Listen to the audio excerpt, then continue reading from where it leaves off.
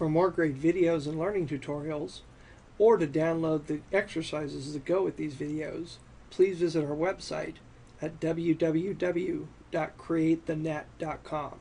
That was www.createthenet.com. Hi, and welcome to another video on CSS navigation. In this video, I want to talk a little bit about footer navigation. You're going to see here in my example, this is something that you see on many different websites where you have the different page numbering here, or maybe you have the previous and next with a few pages in between, and you also might have the single page option, and then maybe a copyright statement in the footer down below. Now this is an example of how you would construct that kind of a footer. In this case, obviously I have two sets of navigation here. You would only be using one. But you're going to see I started off by putting in the HTML semantic tag footer so that search engines and screen readers know that this is footer material. And then I also added the CSS or the HTML5 tag nav so that screen readers and search engines and other things know that this is navigation in the footer. And then I proceeded to go ahead and develop an unordered list. And you're going to see each one of these items is just a list item in the list. And there's my second example.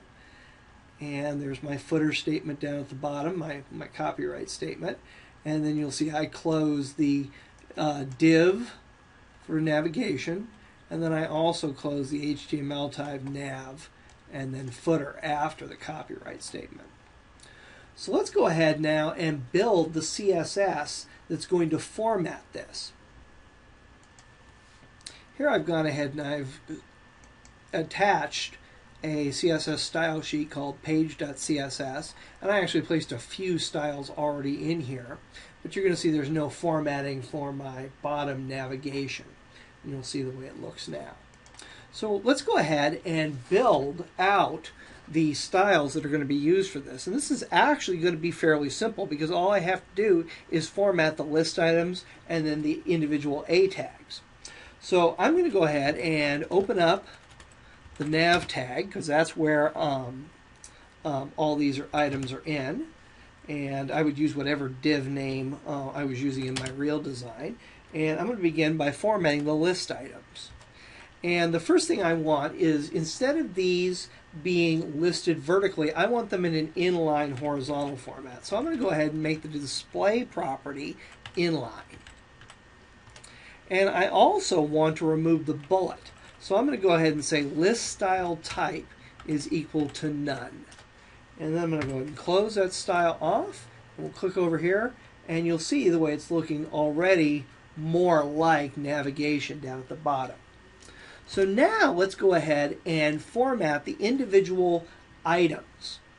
Now I'm going to start off by again specifying the nav div for this, and this is going to be anytime I have an A tag inside of an unordered list. And the first thing I'm going to do is I'm going to say each one of these links needs to be formatted as a block level item. So I'm going to go ahead and say display block. And I'm going to go ahead and close my style off there and click over here, and you'll see what happens. They're being displayed as a block, but they've also gone back to being displayed vertically.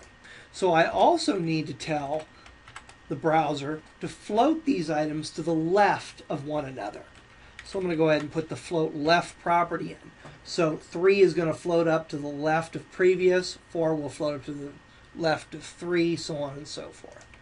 And I'll save that, and again click over here, and you'll see the way that works.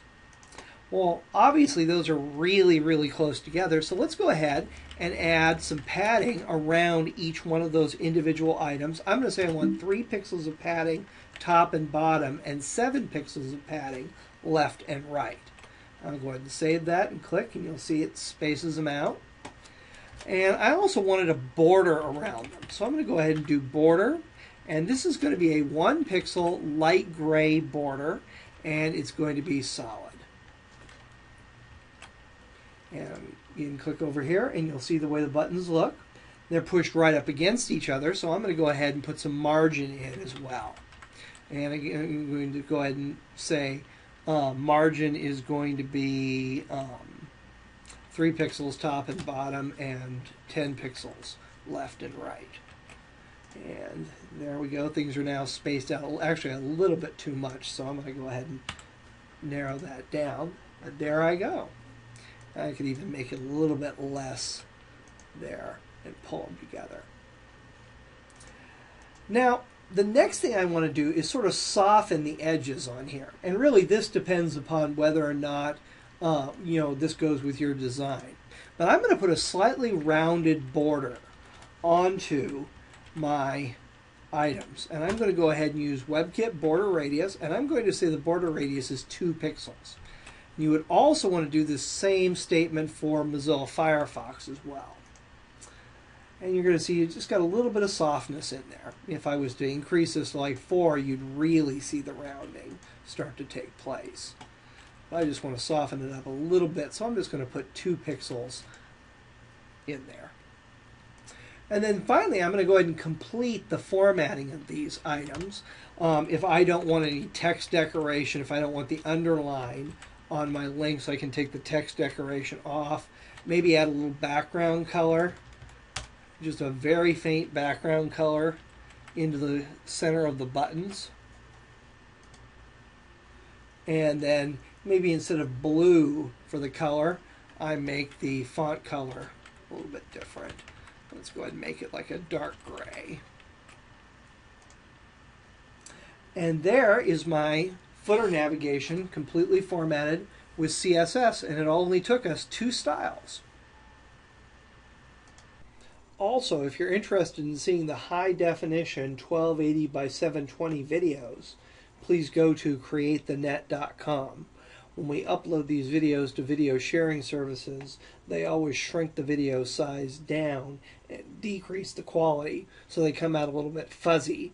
If you go to the website, you can see the full resolution versions of these videos.